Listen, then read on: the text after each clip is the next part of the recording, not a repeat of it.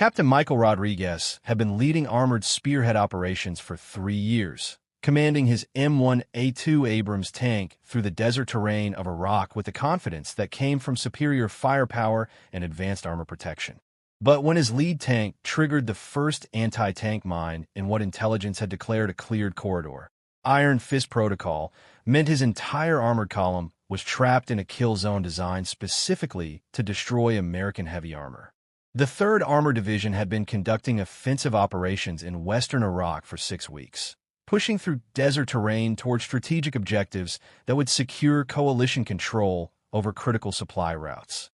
Captain Michael Rodriguez commanded Bravo Company's lead platoon for M1A2 Abrams main battle tanks that served as the spearhead for larger armored formations advancing behind them. At 32, Michael had accumulated extensive experience in armored warfare, having served in tank operations since his commissioning 8 years earlier.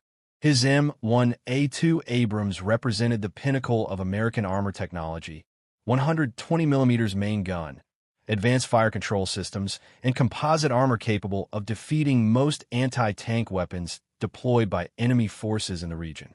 The mission briefing had indicated minimal enemy armor in their area of operations. Iraqi forces in this sector were believed to consist primarily of light infantry with limited anti-tank capabilities, making the advance a straightforward demonstration of American armored superiority rather than a contested battle against equivalent forces. Michael's tank crew consisted of highly trained specialists: Staff Sergeant David Kim as gunner, Sergeant First Class Jake Wilson as loader, and Specialist Mark Shun as driver.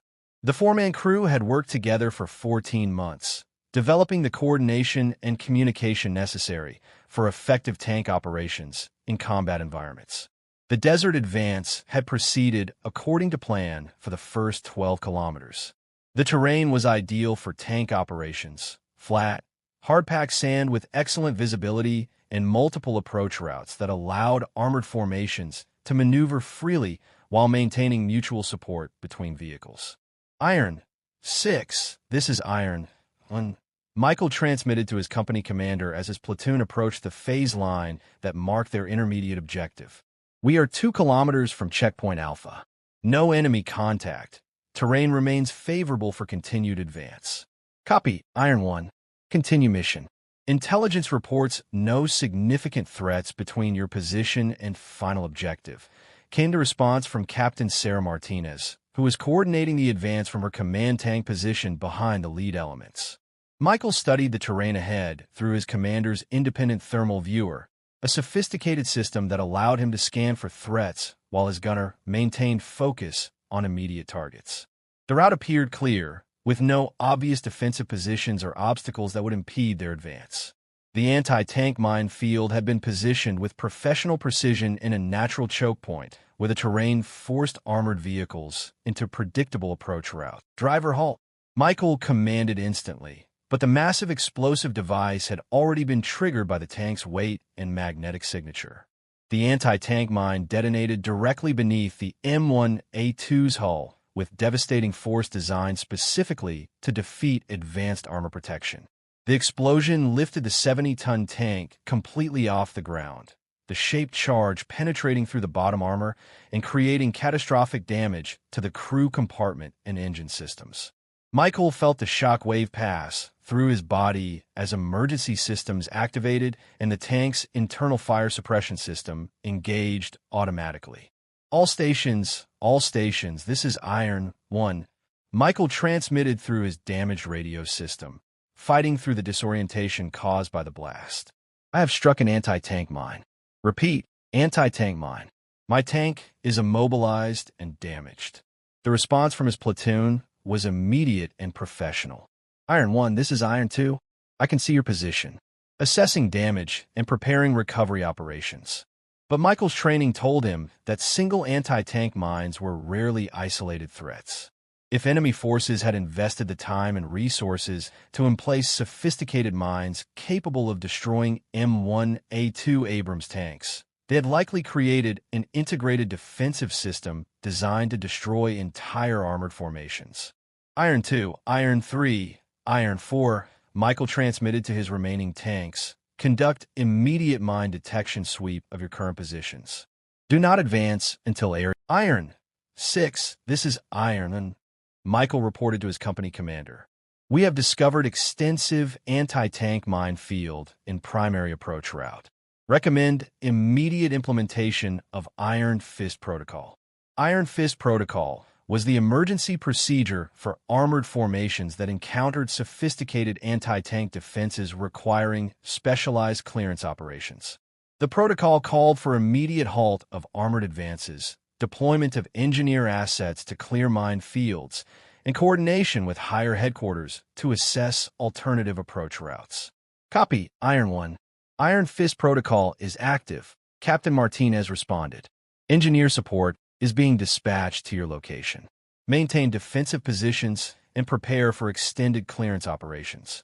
Michael conducted damage assessment of his tank, while his crew implemented emergency procedures for survival in a damaged vehicle in hostile territory. The mine had caused severe damage to the tracks, drive systems, and portions of the armor, but the crew compartment remained intact, and his main gun was still operational. Gunner, load Sabo, Michael ordered Staff Sergeant Kim, ensuring that his tank remained capable of engaging enemy armor that might attempt to exploit their immobilized position. Driver, shut down main engine and assess mechanical damage. The minefield extended far beyond what initial reconnaissance had detected. Engineer units equipped with specialized clearance equipment began the dangerous process of locating and neutralizing individual mines while maintaining. Iron 1, this is Iron 7, came the voice of Lieutenant Williams, the engineer platoon leader responsible for mine clearance operations. Initial assessment indicates coordinated mine field with over 40 individual anti-tank devices. This was professionally installed, not improvised. The sophistication of the defensive position suggested that enemy forces had anticipated American armored operations and had invested significant resources in creating obstacles specifically designed to defeat M1A2 Abrams tanks. The mines were buried at precise depths and spacing that would maximize damage while minimizing detection by standard reconnaissance methods.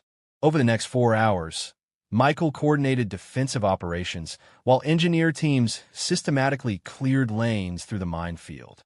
His immobilized tank served as an observation post and fire support platform, providing overwatch for the engineers who were exposed to enemy fire while conducting clearance operations.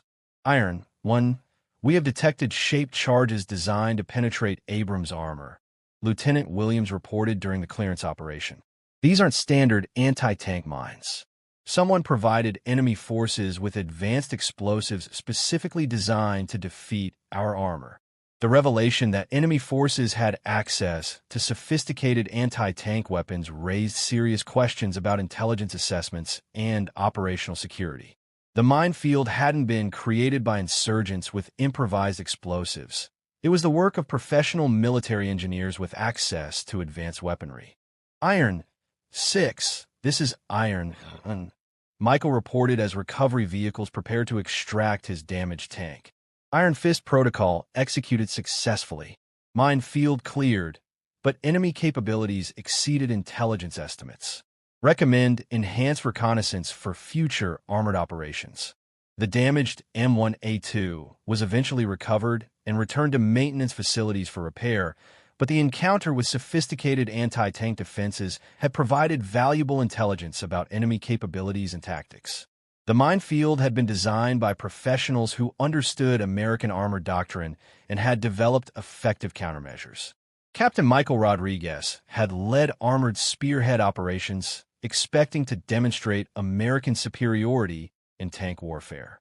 Instead, he had discovered that enemy forces had developed sophisticated defensive systems capable of challenging even the most advanced American armor when properly employed. Iron Fist Protocol had been successfully executed, allowing his armored formation to overcome obstacles that could have destroyed multiple tanks and crews. But the encounter served as a reminder that technological superiority meant nothing when enemy forces had time to prepare defensive positions specifically designed to exploit the limitations of even the most capable military system. In the unforgiving environment of armored warfare, victory often belonged not to the side with the best equipment, but to the side that best understood how to use terrain, timing, and tactical intelligence to achieve decisive effects against their adversaries. Michael's tank had survived because his training had taught him to recognize danger and implement appropriate responses. But the minefield remained a testament to the reality that every advantage could be countered by a determined and intelligent enemy. The desert advance had been halted by explosives buried in sand, proving that in modern warfare, the most dangerous enemies were often the ones you never saw until it was too late to avoid their carefully prepared traps.